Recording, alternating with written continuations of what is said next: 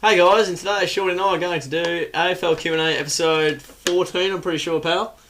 Yeah, it's going along nicely. Plenty of questions Yeah. as usual. Oh, it's lovely. And how you doing today, mate? I'm going alright, mate, and yourself? No, I'm going pretty good, mate. You stuff. asked me how I was last time, so I thought I'd return the favour back again. Thanks, mate. Just a bit of Q&A from one to another.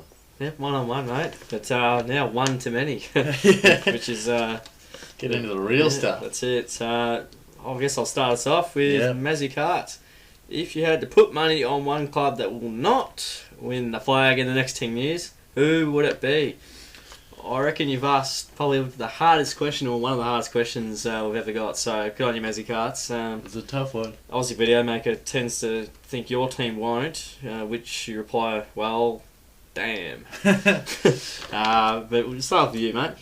Yeah, it's a really tough question to interpret, isn't it? Because obviously you can't look too far ahead. I mean, I know what he's saying, but the list will be like totally different. 90% of it will be different in like probably 5 or 6 years. I mean, 90% is an exaggeration, but I've gone Carlton. Basically, the way I looked at this question was, who do I feel right now is the furthest away from a premiership? So, Right. and I also think that Carlton don't have the culture right now. They are up in arms with the coach. Who knows? They've been through a few coaches.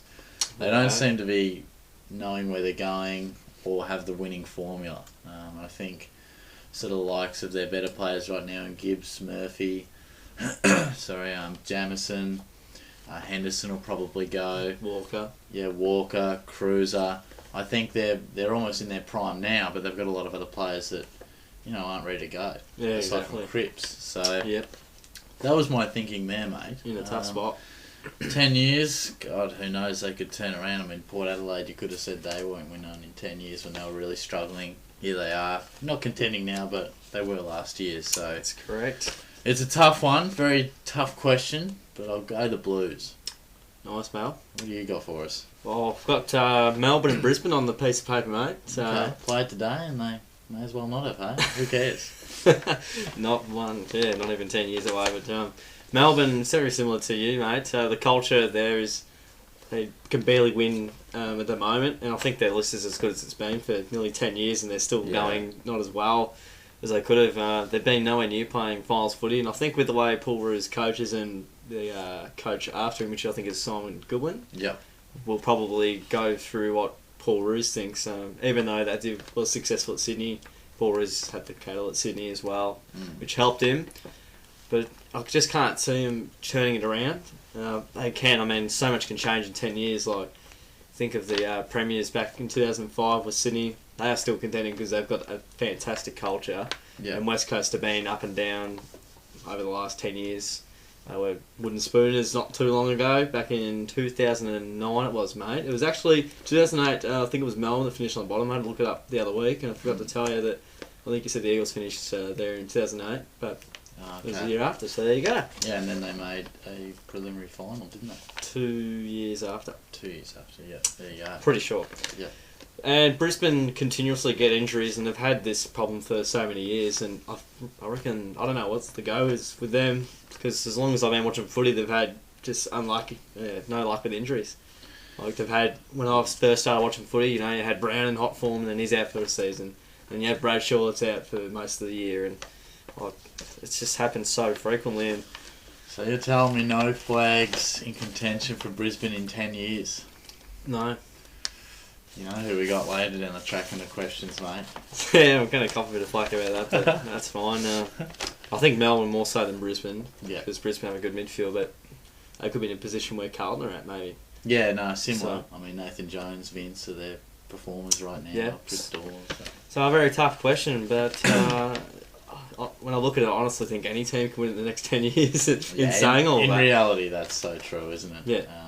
But certainly these three teams won't have a look in 4 or 5 years. I think I can guarantee that. But 10's a very, very long-term goal. Yeah. And anyone could win it, but that's our rough thoughts there. Are we going on to Lockie Boy here, mate? Yeah, underneath my little post there. Yep, no worries, mate. So, Lockie Boy 02 has, hey, can Shane Kirsten fit in your best 22, or do you have just too many tall forwards? that maybe he should go down back. Gee, that's interesting. I don't know why I only read the first half of that when I looked at it 10 minutes ago, but well, he won't go down back. No, definitely. I'd certainly agree with that. Well, I guess he played on the weekend, didn't he? Is he insurance? Maybe. You'll probably see on the review, Geelong review, the thoughts on that one. Yeah, he does feature heavily in the chopping block, so there's your answer right there. Yeah. I guess you've got Vardy, who will come back hopefully in a few weeks' time. Menzel's not another to one. AFL, but yeah, Menzel, and of course Clark is there as well. Josh Walker. And when Stanley's back, Walker plays forward. So yeah, you're right in saying we have a lot of tall forwards, and I don't think Kirsten features in that setup, which most would probably know if you watch the reviews continuously. And you were probably a hard marker of him. Yeah, for good reason. Yeah, definitely for good reason. He's probably a little bit down the pecking order, but he also is a bit younger, and they seem to have a lot of faith in him. So I couldn't see him getting delisted this season. They have a lot of faith in him. No, that's right. And to answer the question going down back, it's a simple no. He won't be going down back. Too one-dimensional for that one. Oh, most definitely, mate. Do you have any more to add to that as a fellow Geelong fan? I think we see eye to eye on this one. Yeah, you covered it pretty comprehensively, but no, he's not in their best 22, and as you said on the review, he's probably in the game more out of necessity than for his form of late. No Stanley and no Mitch Clark doesn't really help, and no Vardy, of course, and maybe even Menzel if you want to put him in that same category of kind of role, but no, certainly not. And as you'll see in the review continuously, we harp on about how bad he plays. So just doesn't do enough for mine. I mean, it's pretty simple. If he was in any other team, he wouldn't get a game. I wouldn't have thought, but not too many others. Maybe Carlton. Yeah, no, fair call. We did see eye to eye on that one, mate. We usually do, pal. And Lockie Boy 02 again, mate. Yep. You've obviously commented at a perfect point where your comment comes up twice in a row. That's good. Have you been impressed or disappointed with Nakai Cockatoo? Yeah, it's a tough question because he's a top 10 draft pick, and generally people have pretty high hopes of draft picks within that range. I'm pretty neutral on it, to be honest. I'm sort of sitting on the fence of this one. I'm not really sure, and because it's been so long since I've had a top 10 draft pick, and then that one was Joel Selwood, very tough because Joel Selwood's an absolute out-and-out star from the get-go, basically, and Cockatoo's sort of been, you see that goal in the grand final, and he's been injured heavily, at least in the last sort of 12 months coming up to it. Yeah. You see that goal on grand final day, and you see it in the NAB Cup, and you think, oh, gee, this could be happening a couple of times a game in the year. So, in a way, maybe a bit disappointed, but, I'm happy to give him plenty of time, unlike Shane Kirsten. Yeah, fair call. So, how do you see it? Yeah, I'm sort of content on the whole thing. I'm not disappointed, but yeah, I'm about the same. I'm certainly not happy with what we've got. You know what I mean? Like, if you had said, do you think come the stage of the year when you really need a top 10 pick, do you think he'll be fit and in our best 22? I probably would have thought so. So by that point. But having said that, he is young. He's pretty raw. I think he's got the brilliance. We know that, but he's playing in the back line in the VFL at the moment. Yeah, so, and that's from an educational basis, I would imagine. Yeah, teach the defensive side of the game. That's right. So I think he's got a long way to go, and maybe not as you see a lot of top 10 picks come from the TSC Cup, and they're well rounded. They're ready for AFL footy. Cockatoo was a bit left field, probably not ready straight away. I don't know how he got that go, but probably content. I'm not complaining, but maybe asking for a little bit more. Oh, yeah, for sure. And he'd be probably playing people in the top 10 would most likely be playing for their clubs, so tough one. It is, but look, we got our number one fan here. Seemingly number one fan, Dicko. Yeah, a couple might argue that. Angela is one of our top fans as well. And on Twitter. That's right, we have plenty of guys who ask regular questions as well, which we'd love, but Dicko loves the question. He loves it. He's even got his old man involved. Get your old man involved, guys. Yeah, start the trend, ask your dad. He says, thank you for delivering another fantastic Q&A, guys. You're welcome, mate. As always. Hopefully this one doesn't let you down. But, I showed my dad the video and he laughed. Well, that's always good, eh? Shout out to your dad. Yep. Here's a big footy fan himself and supports Collingwood. That's strange over there, but there you go. He asks, who do you believe is a better player, Ablett Senior or Ablett Junior? I'm going to throw this one over to you, mate. It's a tough one to say, but I feel like we have the same answer. Yeah, well, the real answer is I don't know, but That's not the answer I have. but is that the same answer to you, mate? Oh, some ways, but I think I know what you're going to say now. But you can't go past Gary Ablett Jr. We haven't seen enough of senior to say, oh, he's the best out of the two. But I've heard statements saying he's the most freakish player to have played. I think probably from you or from your old man Jeff. Yeah. Getting involved. Ablett Jr. has just been fantastic. I've never seen such a player to find a way to win against teams and just be so dominant over the course of 4 quarters in any given game and hit the scoreboard the way he does and just drag his team across the line. Yeah, and some of the stuff he does and goals he's kicked has just been second to none. So, yeah, it's very tough to go past him and he's still got time to go. Look, mate, schoolyard pick. They're both standing out there. You're the captain, I'm the captain. We flip the coin. You've won the toss. Who do you pick? Yeah, you have to go with Junior. Go with Junior, alright. It's a good way of picking it, mate. Yeah. Can't sit on the fence that way. Yeah, I was on the fence for a little while and fell the side of Gary Ablett. Junior. I think definitely once his career is done, we'll look back and say Junior was the better player. I think the general consensus, as you said, is Junior, as hard a work as you ever find. He's gotten himself to be a superstar. Had the raw talent, but had a lot of work to do it. And in the midfield, where his old man, I mean, sure, he did a lot of hard work, I'm sure, but had that natural freakishness, like you said, just unbelievable skill. And to do the unbelievable, I don't think anyone could argue he does the unbelievable. More often than not. Yeah. No or one anyone does it better else. than him. Yeah. So I would take Junior just because he ticks every single box. I guess we haven't seen Senior, so Not as much. You've probably seen more than me. Seen plenty of highlights, no doubt, and part of me wants to take that goal kicker, and part of me wonders how good he'd be in this day and age because I think he'd just destroy. I mean, stuff the structures. He'd play off half full flank. He can kick at 60. He's such a dynamic player, which we probably forget. Certainly, yeah. But I would go Junior just because I think I know exactly what we're going to get. Yeah, exactly. He's professional, which his dad probably wasn't as professional as his son. You've yet to see any lowlights of Senior either. You don't see Gary Ablett Senior lowlights either. Yeah, that's true. So it's sort of almost the best of him, so to speak. Yeah, no, you're right there, mate. But that's a lot of discussion on the Ablets, and I think we agree on the Junior. But yeah, interested to hear what your dad thinks because he would have seen. He probably would say all of Senior's career and Junior. Yeah, so. he would probably say Senior. Shall I carry on with Dicko, mate? For the nostalgic factor. But Yeah. Go for it. Yeah, no, sorry, mate.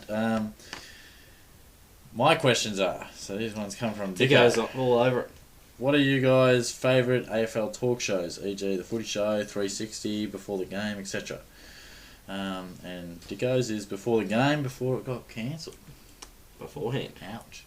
Mine is Footy Classified. I love a bit of classified. I'm a footy purist. I like the nitty gritty stuff. I mean, I enjoy the laughs of the Footy Show on the Thursday, but I do love classified. 4 people that I really respect what they have to say. Gary Lyon, he loves him. Yeah, I love Gary Lyon. And definitely enjoy that. And a bit of Sunday Footy Show on Channel 9 I really enjoy as well. Featuring Nathan Brown. National Nathan Brown. How about you, bud? Can't go past talking footy, mate. You love a bit of talk. You and Luke Darcy be going on a holiday soon, I'll tell you. He's just come back from Bali after a bit of bit of delayed flights a couple of times, so and then probably Footy Classified after that. But yeah, talking footy, I reckon they show more stats and more raw footy stuff, whereas Footy Classified can talk more about the politics of things because you've got Caroline Wilson on there.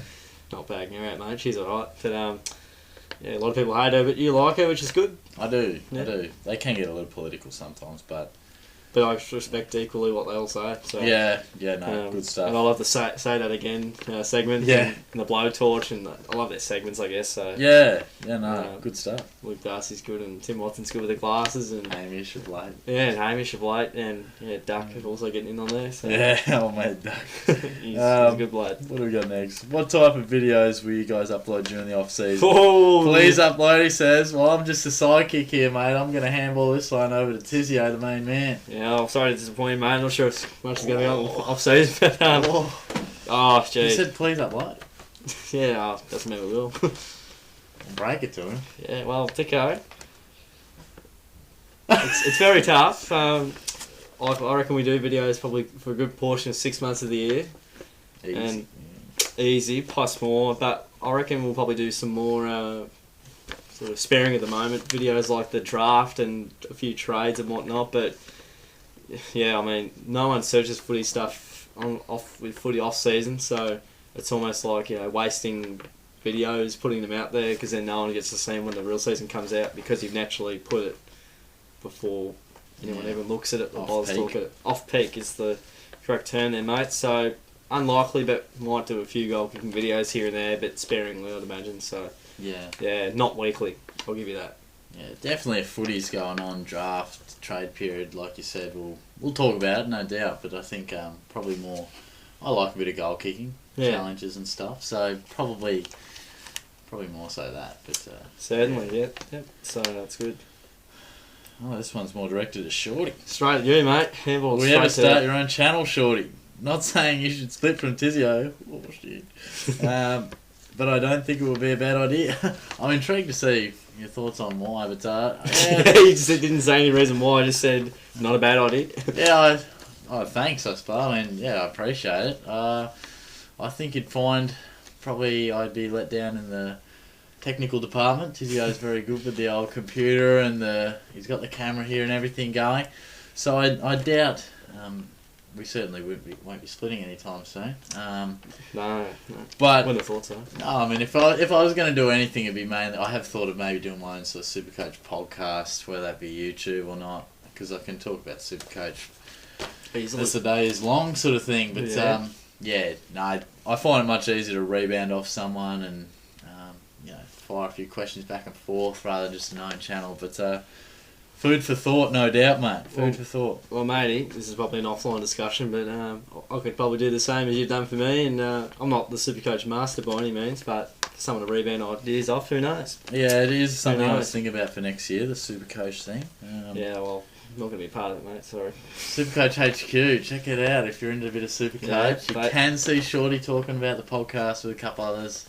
I thought I'd just give it a name drop, bit of a pump up for old mate Sean. But nice. And finally, what are your guys' other interests apart from AFL and YouTubing? What are your other interests, mate? I have no idea. Well, what have I got written down here?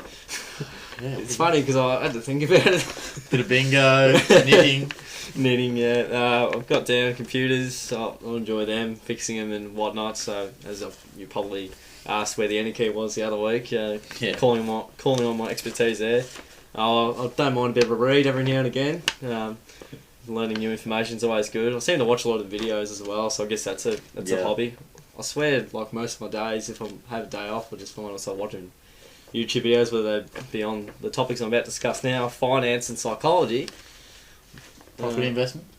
Yeah, I wouldn't say it's a hobby, but that is another video type I would probably watch. So, yeah, no, I do. Shorty and I talk about it all the time, the psychology behind things and why people do the things they do. That's one of our big talking points every time we catch up. So it is always fun. That's for Never sure. Short on discussions. No, that's right. Plenty of interesting characters and finance. I love the whole concept of money and being financially free and stuff. So one day that'd be fantastic. So those are my interests, Dicko.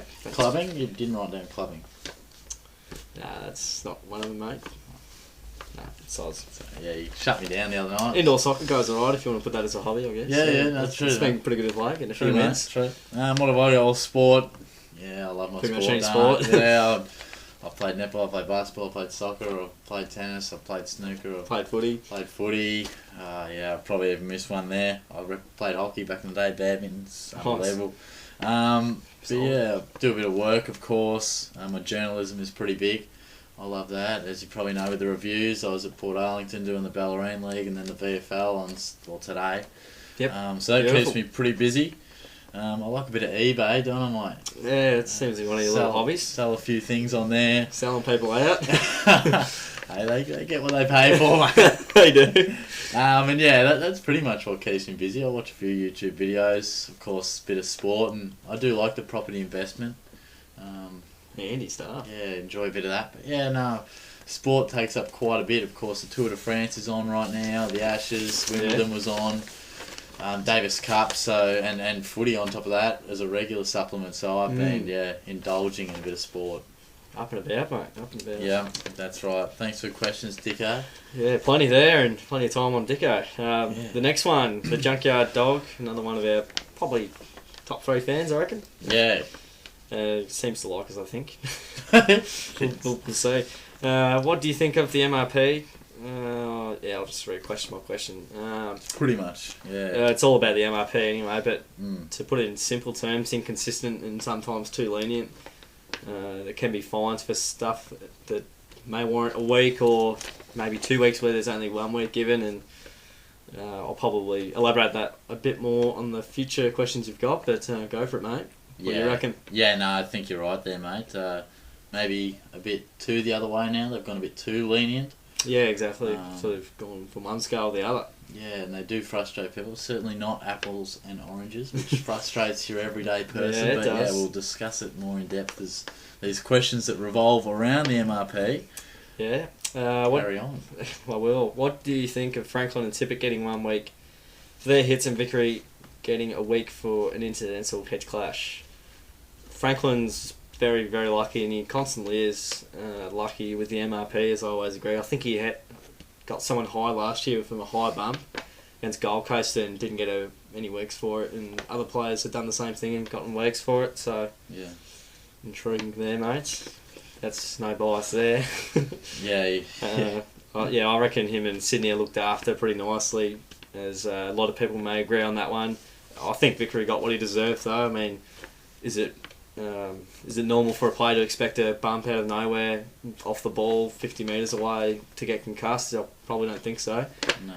And certainly copped his right whack of a couple of weeks, and he's done it a few times. He's concussed a few players, so bad record probably doesn't help. So I think they got that decision spot on. They've got a system to work it out, even though it doesn't always work out. That's right. What do you reckon? Apples and oranges, that's the main thing, isn't it, mate?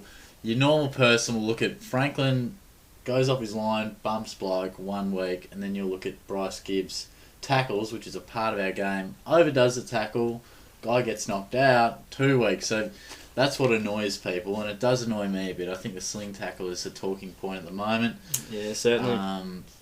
I think my little 2 cents on that is don't sling. I think it'll naturally work its way out. We don't need any random rule changes. People don't bump. It's extremely rarely now. Early on, they made the stand. Yeah. If you bump, you take it on your own. That you're basically at the will of whatever, the mercy of whatever the injury report shows up. You bring it on yourself. So I think that's a precedent that'll be set with the Gibbs one, and admitting Schultz was wrong. That if you tackle and then sling, well, you know that you're a chance to get suspended. So it'll naturally work its way out. That's People right. need to calm down there, but it is frustrating. I think I agree with you on Vickery. And yeah, Franklin I probably thought would get at least 2, but there's the inconsistencies right there, and you could probably bring example. The fact is, it'll never be perfect. It'll be always up for interpretation. That's right. And, it's a grey area. Constantly. It's just a tough one. There was a bit of a conspiracy. I can't remember where I may have heard, read, or watched. Someone saying if having players out like Franklin for long periods of time reduces the amount of revenue that the AFL raise, because people go to, Buddy Franklin probably brings in a few thousand himself.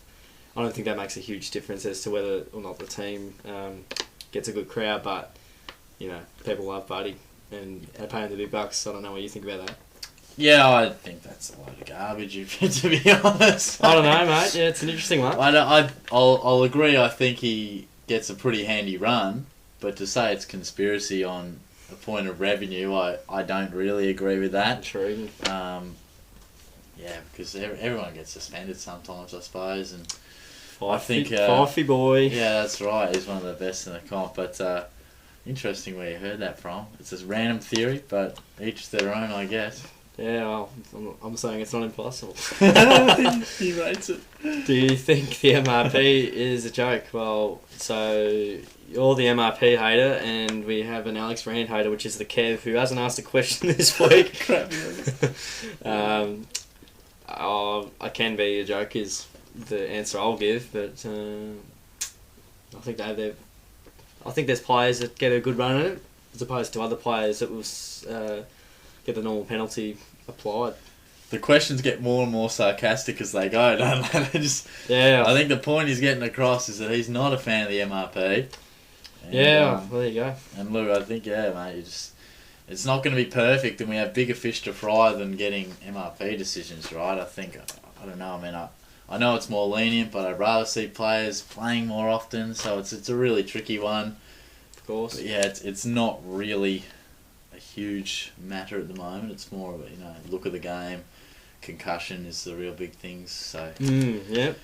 Yeah. By the way, MRP means match review panel, which I'm sure you already know what it is, but just making sure. Well, could have put it at the front because we didn't know what it meant. Nah, we were quite well aware, as indicative of the way we responded to the first couple of questions, but thanks for letting us know anyway, Junkyard Dog. It always brings a different angle to it, doesn't it, the Junkyard Dog? Do you reckon? Yeah, he's some quirky questions. He doesn't mind a negative question. Keep them coming, mate, because they spice it up, that's for sure. Well, he wants to be the most questions asked person, so... He's got a few in there. Just keep putting his hand up. Now, who's this bloke? Jack Watson. Doesn't even have a photo. Must be a bit of a mug, but anyway. No, there's Mazzy Cuts. Dodgy blokes. Mazzy Cart seems alright, but I don't know about this guy. Anyway, Yeah. Jack Watson says, I'm going to find you, Shorty. Alright. Look out, mate. Yeah, he's on me. He's going to have a crack at me. If Geelong has a pick between 6 and 8 I should say, this year, who would you take? Obviously being the national draft. Provide a small list to cover if my are taken. If any are taken. Okay, so Watto's not the best keyboard artist in the world, but that's alright. Bang! Nah, I'm just messing with you, Watson. I had to look. I'm not fully around all the draft picks at the moment, but one did come immediately to mind, and that was Reece Matheson. So I saw him play against North Ballarat a couple of weeks ago. I already have my eye on him, of course, because he's a Falcon, but he's an inside midfielder. He has the leadership. He has a bit of swagger about him. Swagger. I reckon wherever he goes, we'll see him in the first 5 to 6 weeks, depending on injury and that. But he'll play early, and he'll play well, I reckon, no doubt. And Wow. I think he'll be around that mark. So he fits our mould. He could fit where we're going, and he may fall nicely there. So Yeah, good start. definitely Matheson was the guy that burst off the page for me. Aaron Francis was another, not necessarily because of need or necessity, but he may be your old school sort of best available player at the time, regardless of need, which of course Wellesley likes. He may slip a little bit. Who knows? I think he's probably looking at maybe pick 4 or 5 at the moment, but if he were to get to 6 and we happen to have 6, we'd snap him up. And Darcy Tucker I had down, which was a bit of a random one, but he was a halfback flank midfield according to Callum Toomey, which I had a bit of a look up, but to be honest, he's all over it. that's be right. And I'd be lying to say if I was all over at Watto, because I haven't heard much about Tucker before. Had a bit of a read up and a bit of a look at him, and he matched a few credentials we'd be looking at. Halfback flankers bursting in the midfield is something. Line of Mackie and Enright going. And he was around that range, at least at this point, but there's a lot to change. So, there's a few names, mate. So, let's see if I can get that right. But, look, I'm not the one to come and track down, mate. You see, you're going to find me. Tizio's just written off the Lions for 10 years, so... Anyway. Anyone's a chance, mate. Anyway. Oh, he's had another crack at me. You're not gay, Shorty. Could have fooled me. You're a funny bloke, Watson. He's going to find you and you go. You just give me a couple of whacks out. I'm going to find you, Watson. I'm going to mess him up. Yeah, no, I look forward to it. Soccer on Monday, or Yep, tomorrow night at Soccer, Watson. if he makes it. Even though this video won't be up by Monday, you be there next 2 Mondays. Yeah, it'll probably be up late Monday. Okay. But I don't think he'll see it in time. I'll inbox him and tell him. But anyway, we're getting a little off sounds topic. Shorty versus Watson.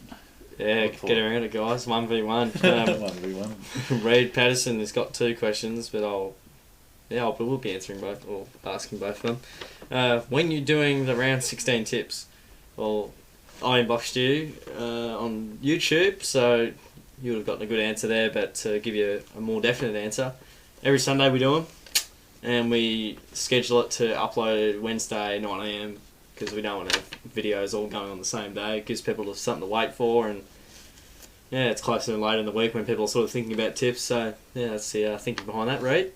Thanks for the question. Good stuff, mate. Is this a new guy? Airdrift? Yeah, I think so. I haven't seen him yet. Good stuff. Thanks for jumping on board, mate. Yeah, good on you, mate. Keep asking him. Yeah, definitely. Airdrift 1988 says, what two teams will get a home elimination final?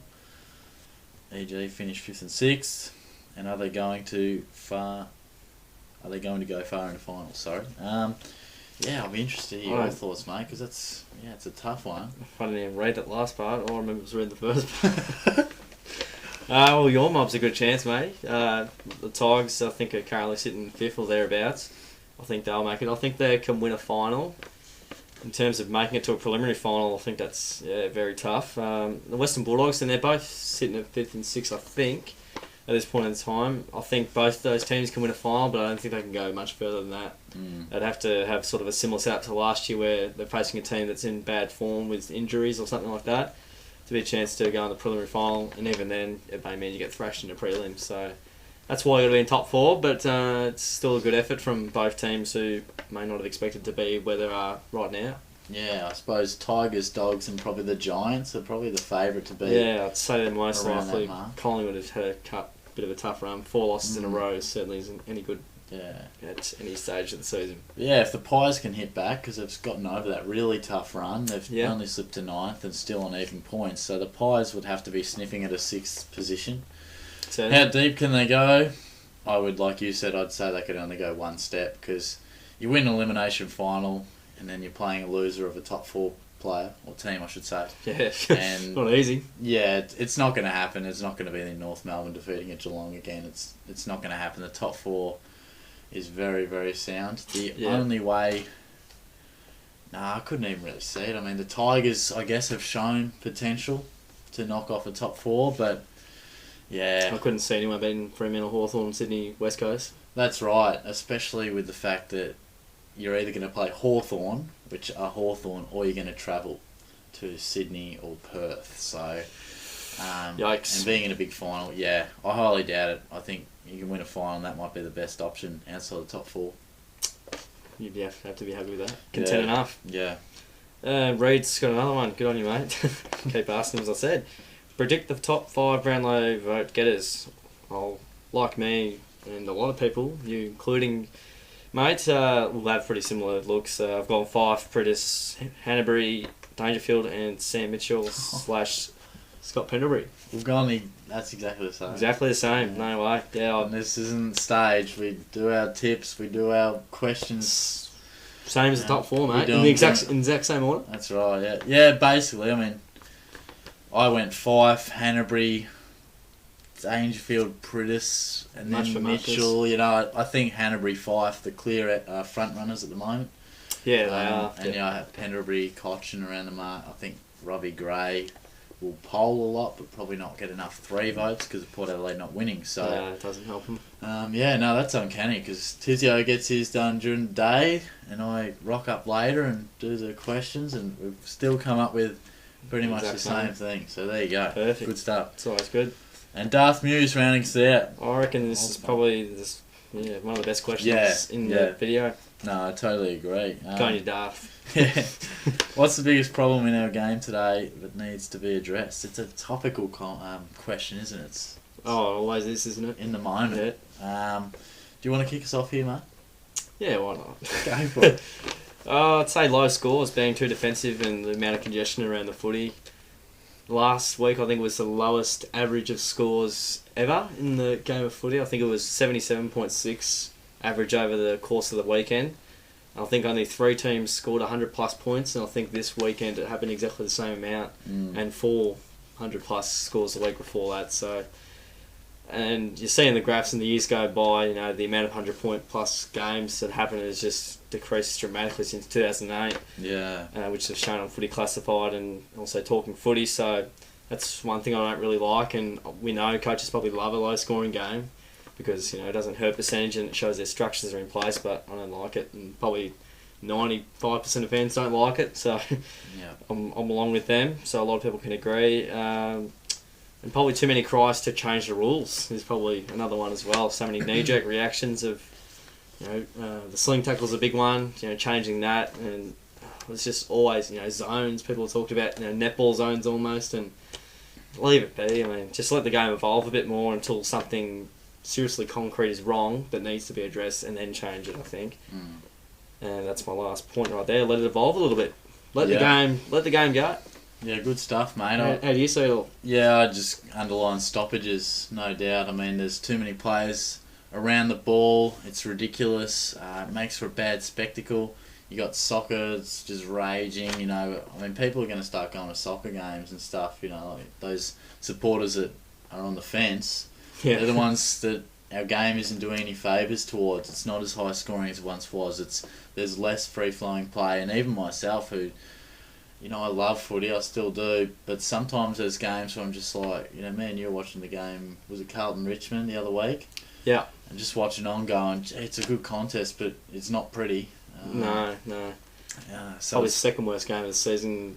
Well, it might be third, but we didn't get to see the Melbourne and Brisbane game. But the Carlton City game was one of the worst games ever. Yeah, I think it's happening more often, and the fact we're talking about it more, we're noticing how congested it is and how low scoring. And the fact is, I mean, coaches are too good. They're too good now. They've gone past the game. Defensive structures are amazing. It's either going to take a coach that is offensively minded and has a tactic to beat that defence, because the reason it's played in the arc so much, defenders get back in number and they just chop the ball off, and then vice versa. Teams are fit, disciplined, so that's why it happens. So no coincidence why West Coast and Hawthorn are top 2, top 3. Yeah, they should be. I think one of them should be on the top of the ladder, but Fremantle had a good run at the start. That's right. I mean, I don't know how we're going for time. I mean, that's basically all my points there, but I'll raise one thing. You probably already answered with your evolution of the game, but would you have any minor change, even to the interchange cap to the game? Would you tinker anything? I think we agree in the hatred of zones. I mean, it's just ridiculous. Certainly. But do you have any minor change or left field theory on how it could improve? Because it is bad. I do honestly think something needs to be done if it is going to go on like this for another year or so. It's a bad look. Well, yeah. One thing I forgot to mention actually is the sub rule, which you might have been alluding to then. I'm not sure, but yeah, you go for it. No one likes the sub rule, and you're probably the best man to talk to these guys about it. But it's a complete confidence downer on any player, especially a young player, which usually comes in making their debut, and they've got to wait 2.5, 3 quarters, or they rely on who gets injured first almost to get subbed out or concussed, etc. But it's not a great rule, and I think you said it's a band-aid on a band-aid. Yeah. From memory, but I'll swing that one over to you. But I don't have any great thoughts on the changes of the interchange. Yeah, look, you're probably better for it. Yeah, the sub rule will go. There's no doubting that. I mean, it was brought in to help this. Players get more tired with only 3 rotations. Hasn't worked. Then we capped the rotations. Still hasn't worked. Hence my band-aid on a band-aid. I mean, Todd Goldstein said it. Have one or the other. Either cap it or have it sub. Yep. I can't remember who said it, but it was spot on. Coaches hate the sub rule, players hate the sub rule, and fans hate the sub rule. Why do we have the sub rule? Get rid of it. It sucks. It'll go. God, do I have a theory on it? I personally, I don't mind the 16 on the field. Yeah, that's not too bad with the congestion, which we're talking about as a big talking point. I don't think it's going to be the be-all and end-all, because that's only 4 less players at a stoppage. But I do think the game's gone past. I mean, nobody plays 4 pocket anymore. Nobody plays in the back blocks. You have your defence, your forwards, and a bunch of midfielders. So I just think players will cover a bit more ground, fatigue a bit more, in combination with capping the interchange, which I think could maybe go down to 100. I mean, that's not too bad. No. So, look, I'm not one to tinker with the game too much. I think maybe make a couple of slight things. I think if the game could be opened up a little bit more with 16 on the field, that would also mean, because what's happened is with 2 clubs coming into the competition, that's an extra, say, 80 players in Australia playing the game, which is diluting the talent over 18 clubs. It sure is, yeah. So there's, 80 players. It's like chopping out your two worst players. Yeah, I was on going to your say club. you get a better performance from your club. You got more competition to do well, and so much pressure on your spot each week. Exactly. So the standard may slightly improve, and it makes it even tougher and more exclusive competition. Yeah, I like it. that I like. But having said that, it may not be the be all and end all. I think it honestly will take a very, very good coach to break it up, and as Jimmy Bartel said, the evolution of the game, and backed up by Tizio right here, backing Jimmy there. Yeah, and, let it and- evolve a bit. Yeah, a couple of tinkers I feel, but you can't go crazy, put zones in and stuff. No, that's right. In terms of the 16, would you take out, I don't know, one from, I know how you say forward and back pocket doesn't exist, would you say 5 forwards, 5 defenders? Yeah, I think I so. don't think you could take out too many midfielders, I would have thought, but No. it might not matter where they're positioned on the sheet. They'll just position where they position when it comes to the practical Yeah. field, I guess. That's the thing, I think. I mean, nobody really has their magnet on Forward forward pocket. pocket anymore these days. It might look a bit different in the papers now, but I Yeah. think if you have a first 20, no Yep. sub, cap it, it Yeah. could be interesting. If it doesn't work, get rid of it. But, something probably needs to be done soon. Spot on, mate. Well, yeah, I think that's all the questions for Dark today. news just sparked the discussion. Yeah, we Almost. probably spent 5-6 minutes on him, but that was that's how Thank good the you. question was. so Yeah, cheers, mate. Well done. But thanks to everyone that asked questions, and that's all we do. We ask questions each week, and we do a video like this and answer them to as much detail as we can or feel is needed. So, no, Yeah. we do genuinely enjoy answering them, and our favourite video to do each week. Yeah, no, it certainly is, isn't it? A No. good one this week. Plenty of good questions, couple of newbies. That's what we like. Yeah, keep them coming, guys. Don't forget to comment more questions for the coming weeks, and don't forget to like the video as well. Share it around to all your mates so they can ask plenty of questions as well. And don't forget to subscribe if you want to keep up to date with all these questions and plenty of other videos which we have, Geelong reviews and our tips each week, all that kind of good stuff. So yeah, we love it. That's the way, mate. Good stuff. Good stuff. Perfect. All right. Thanks heaps for hanging around, guys, and we'll see you all next time.